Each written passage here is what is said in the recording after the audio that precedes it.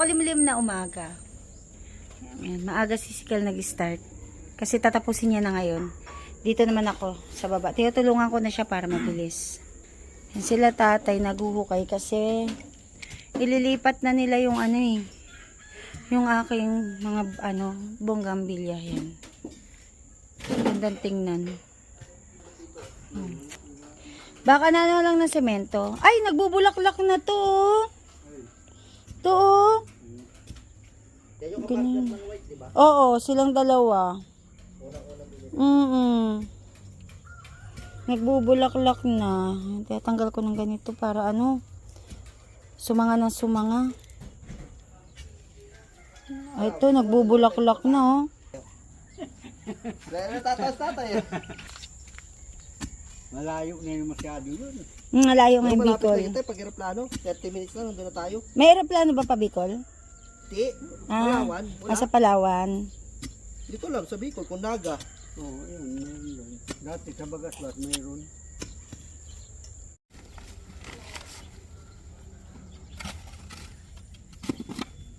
Ay, nalis mo na. Tama yan. Para bilhin ako yan. Ugat. Na ugat yan. Wag. Wag. Hindi ko maano yan, matigas yan. Yan. O, diba? Nga, oh. Lalim. Ayos na yan. Hindi, malalim tayo. Tama yan. Yan. Sige pa. Sige pa tay. O yan. O yan ang tama.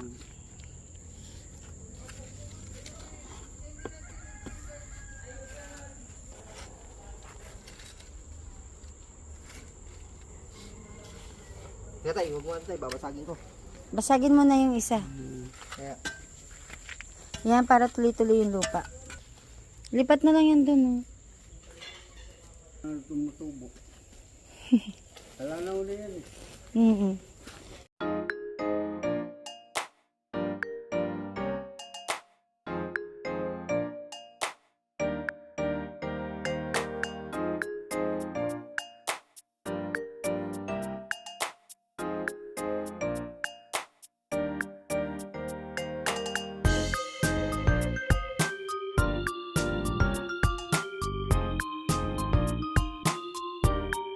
Nagluto si Sikel ng, ano kaltong niluto mo? Naan. Ha? Nan or naan. Naan or nan? And eto siya. Ewan ko, parang may cheese eh. Bread cheese. Tikman natin. Ano to? Normally, anong Bread cheese bansa garlic yung nagaganyan? Malay ko. Malay daw niya. Nakita lang daw niya sa TikTok. Tikman na lang natin. Marami kami dito kay Sikel na natututo ng mga dishes eh. Ayan siya, oh. Ay, cheese to, Kel? Motsa yan. Mozzarella cheese. Wala, na-expired na yung marami kong motsa. Ito, yung cheese mo dyan. Tinapon ko na yung malaki. Init? Na-mold eh. Harap ah. Bigyan mo kay daddy. Di, sarap. Medyo manghang-anghang lang siya dahil sa fresh yung bawang. So, malalasahan mo yung bawang. So, kung yung mga iba sanay kumain ng bawang, okay. Kayang-kaya nila ma-appreciate nila talaga. Ma-enjoy nila, masasarapan sila. Pero doon sa hindi mahilig sa bawang, siguro tanggalin na lang yung fresh na bawang. O kaya, medyo i-fry ng konti yung bawang. Kaya, alin mo to? Ayaw ko. The garlic. Yun nga, yung garlic. The garlic bread kasi to. Hindi gusto ni daddy. Tanggalin mo yung bawang. Ayaw ko yung bawang. Pero actually, kung yung bawang prinay mo ng konti, pwede. Oo. Pwede.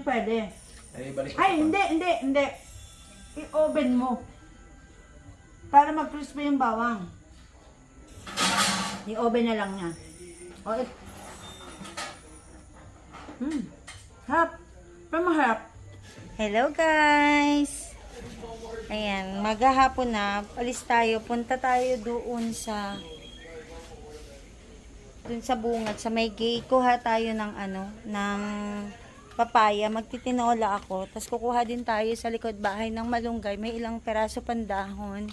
Kasi dahil sobrang lakas ng hangin, kusang nalalaglag yung mga dahon. Kaya, konti yung dahon ng malunggay ko ngayon. Pero okay lang kasi gamitin ko siya sa tinola. Kuha na lang tayo dito ng tools. Tapos meron din tayong titingnan yung aking kalabasa. Baka kasi okay na yung kalabasa natin eh.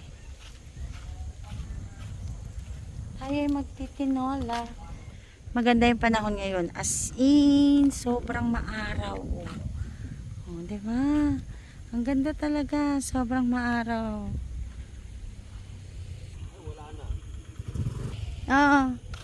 Punta tayo dito. Kukuha tayo ng papaya. Dito ko lang kasi nakitang mayroong papaya. Meron naman akong papayang tanim kaso wala pang bunga kasi baby pa. Pero malusog na, mamaya pakita ko sa kanya. Hello, Chuchu. Mga bantay namin yan dito eh. Hello, Chuchu. Hey, Chut! Kakatuwa naman ng mga doggies ko. Actually, doggies to dito. Pero hindi talaga namin alam kung sino may-ari. Pero, pag nakikita kami, na talaga sila. Anuhan kami. Habulin kami, sundan kami. Baba itong mga to. Ito ang view sa Pinyahan, no. Ganda, sobrang ganda. Yan, no. Ay, sarap. Dito sa Tagaytay, sobrang lamig pag umaga. Ayun yung bahay namin. Yung dito, yan. Yan bahay namin. Ganda, sobrang ganda, oh. Ang payapa. Anyway, punta na tayo dun sa kukunan ko ng papaya. Ang liliit. Wala na kasi ako makunan eh. Sarap kasi yung papaya sa tinola. Ayun, ang liliit lang.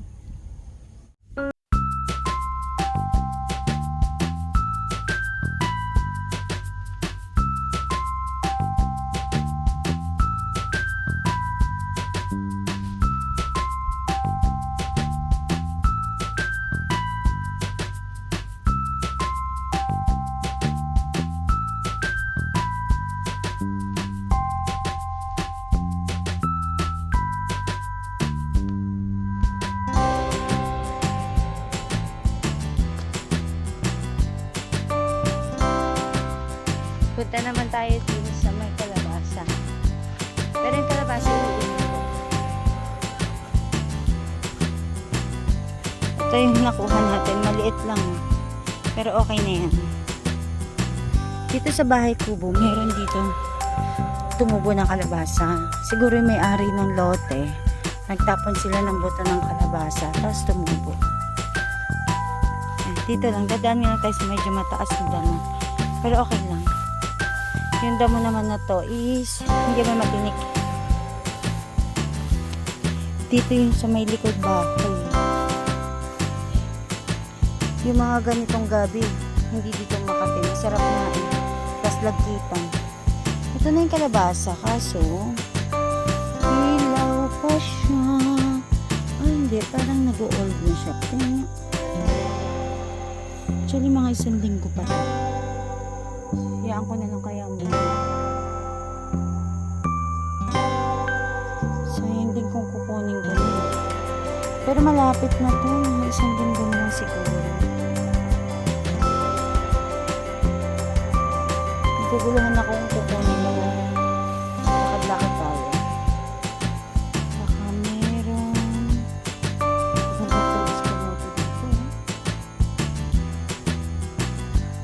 Sarap manitas.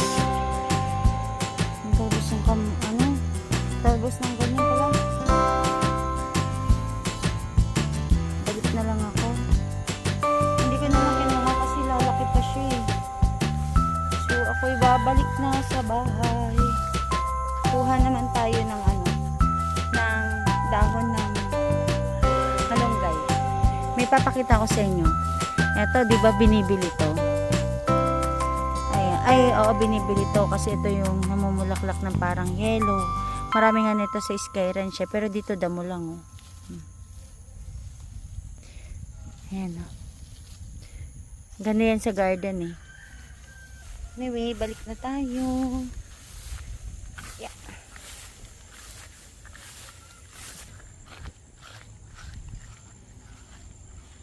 Tingnan nyo naman dito yung mga wild tomato. Dami na naman. Actually, nung dumating kami, ang dami ko dito nakitang magiging bulaklak nitong kalabasa. At sobrang natutuwa nga ako kasi gumagapang talaga siya na buong na. Kumakalat na siya pero hinahayaan ko na lang. Ayan. Sabi nila, gusto daw ng kalabasa yung madamo. Pero kasi parang inisip ko kung hindi ko dadamuhan, baka hindi ko agad makuha yung bunga. Ay, yung mga bulaklak. Ayan tutuyo nga siya. Ba't kaya siya tutuyo? Dami na yung bulaklak Ayan Yung iba nga nalalaglag na Tapos ayun puro lalaki. Pero meron na din ako dito mga nakita na bulaklak ng babae. Kaso hindi ko pa talaga siya natsyempohan para i-hand pollinate ko. Katulad dito, ayan may babae na dito, ayan So kailangan lumaki muna siya para ma-hand pollinate ko siya. So far hindi ko pa tsambahan. Marami din ako ditong kamatis. Ito yung kamatis na malalaki yung bunga. Kaso ayan hilaw pa Hayaan ko lang muna siya. Ayan mga bulaklak Kaso hindi ko pa yan makukuha. Hindi pa siya bukadkad na bukadkad. Ayan ito kakatuwa. Ayan Iba nalalaglag na lang Medyo makati yung dahon ng kalabasa kasi para siyang merong tusok-tusok na maliliit. May lamok pa Pinatay ko. Yan, mga wild tomato. Hanggang layo na nang nararating nito mga kalabasa Tsaka ang dami na niya Dami niya na magbunga So hayaan ko na lang muna sila. Kaya nandito ako kasi kukuha tayo ng malunggay. Panghalo dun sa aking tinola. Kasi kailangan ni Elise kumain dahil nga wala siyang gana dahil may ubot tsaka sipon. Tapos nagpapagaling siya. Dahil sa lakas ng hangin, ayan, ito na lang yung aking malunggay. Pero good thing, tumaas na siya. Ayan, pinutol nga namin ni Daddy para magsanga-sanga. So ito pwede na to. Mga ilang piraso lang naman ang kailangan ko. Doon medyo mas marami. Doon na nga lang tayo kumuha. Dito sa likod bahay talagang ambushi na dito pero okay lang kasi para mayroon lang ako mga tanim-tanim. Kahit saang area talaga meron ako mga nakikitang mga wild tomato. Tapos ang ginagawa namin, tinatapon namin dito yung mga ganyan, yung mga luma ng mga gulay, balat ng gulay dito para tumaba. Ito namang ni Daddy, okay na, tumutubo na yung kumukulay, kalimutan ko. At suwete, yan at suwete, tumutubo na siya. Ito yung mga tambak pa to nila tatay, naggabi sila Yan, wild wild tomato.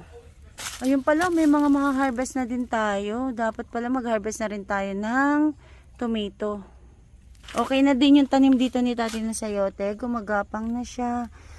Nilagay ko to actually para para gumapang siya dito sa may kaya to.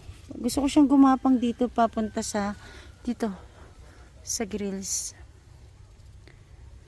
Mag-harvest nga tayo. Sayang. Madami na pala tayo pwedeng i-harvest na kamatis. Sayang din kasi masisira lang dito, mahihinog lang dito. So i-harvest na natin. Dito muna kayo at tayo mag-harvest ng wild tomato. Yung mga kalamansi ko lang ang hindi pa talaga siya lumalaki. Yan Yan, check natin dito. Titingin ko meron dito Ayan actually mga ganito kinukuha ko na yan. Ayan pwede na to nahihinog din siya kahit wala sa puno. Kasi kapag di mo pa kinuha, ilang araw lang, na siya, hinog na. Yan, ito. Ito hindi pa talaga baby pa yan. Pero ito, tingnan nyo, pwede na to. Gupitin natin. Kasi pag hinog na, nasisira. Yan ito, pwede na to. Yan. Dami na natin pwede makuha. Ito hindi pa lahat. Pero yung tangkay niya kasi sira na Ayan. Tinumba ko kasi talaga to. Yan, kuha tayo. Maganda palang pitasin kapag ganito pa, oh, maniba. Bango? Bango ng kamatis. Yan. Dito siya, bushes na to. Parang okay na. Sige, lipat na tayo sa iba. Kasi sayang, pag nahinog lang, walang kukuha. Meron dito. Nahihinog na din kasi to. Meron dito hilaw pa. Ayan. Dito. Meron kasi hilaw pa, oh. Hindi pa yan. Ito pwede na to. Ito. Ito pwede na itong isang buo na to. Atin. Magandang kunin pag maniba eh. Hindi nasisira yung kamatis. Ayan na. Meron ako dito nakita kanina. Isa na yun. Ito. Ayan, ilang peraso din ito.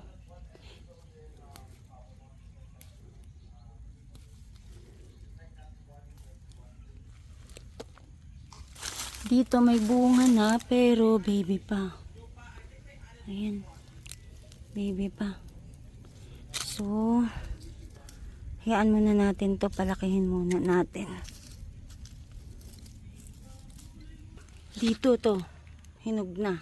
So, ito na. Kakaterin na natin. Kasi, hindi na siya, madudurog na yan kapag ganyan. Ito.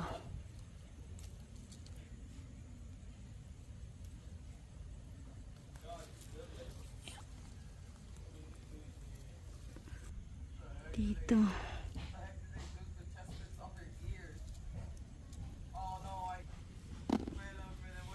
Ito. Lalaki na nito.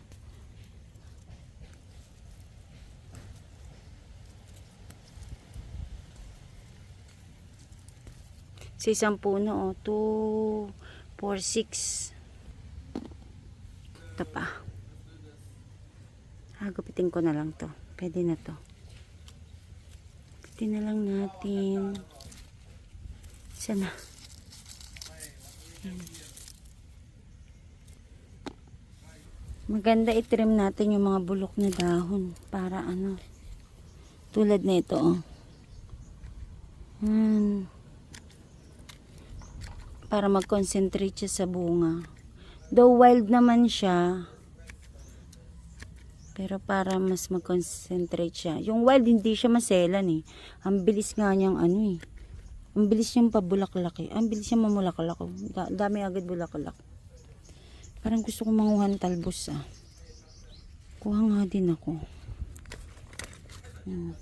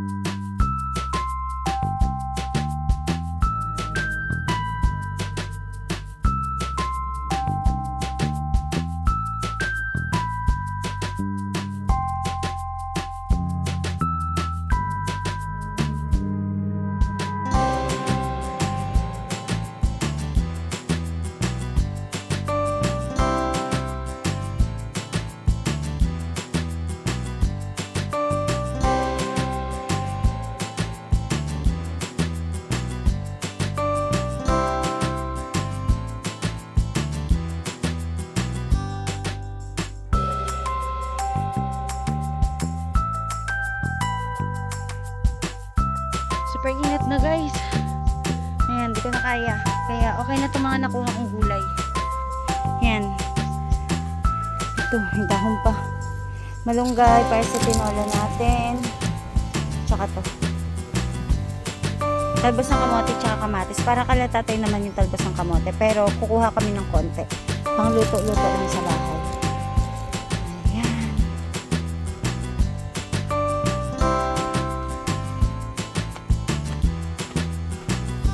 continuous pa rin yung paggawa. Meron kasi kaming portion dito na hindi natapos. Yung dito sa side. Ayan. Ayan o. So, nilalagyan ni daddy ng ganun para pattern na siya. Magluluto agad ako kasi para makalis kami ng mga 6. Diba? Pawisan ako. Maano talaga? Init.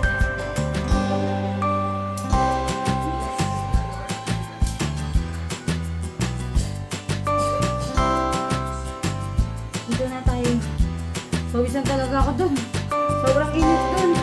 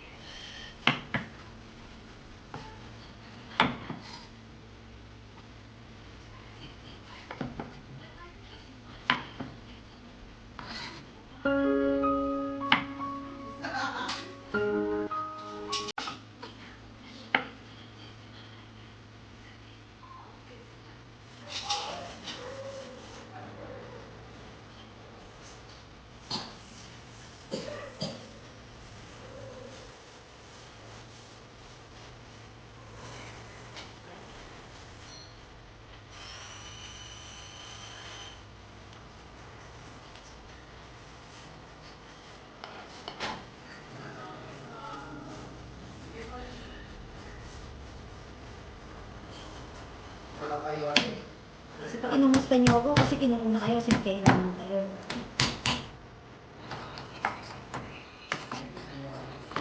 Kapag tinutulong sa magulang.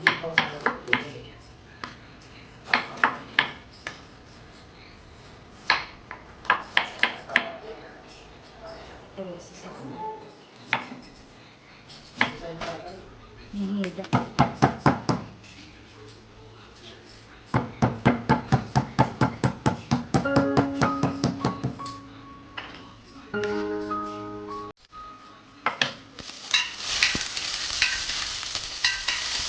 Bango.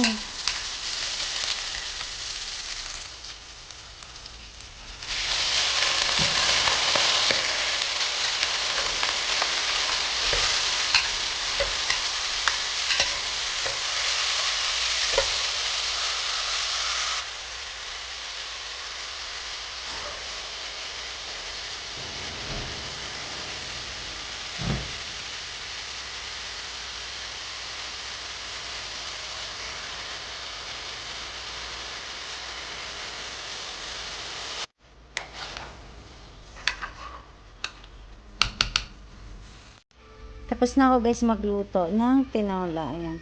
Kaya ako nagtinola kasi para kay Elise. Maga ako nagluto. Ano pa lang, alas 5 pa lang tapos na ako magluto. Kaya maga kaming kakain ngayon. Baka magbiyahe kami mga around 7 p.m. Pingpong kami. Hindi, yung ano, parang badminton style. Liz, lika Liz! Yun oh. Mga tirang gamit nililigpit na niya. Yan na yung kalaro ko.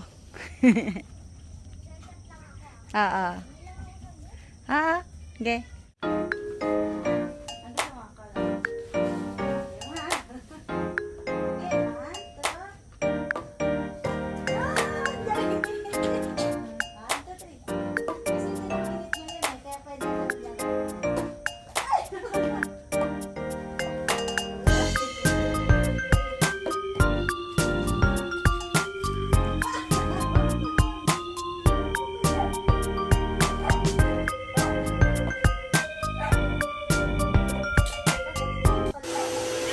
Sipag, oh.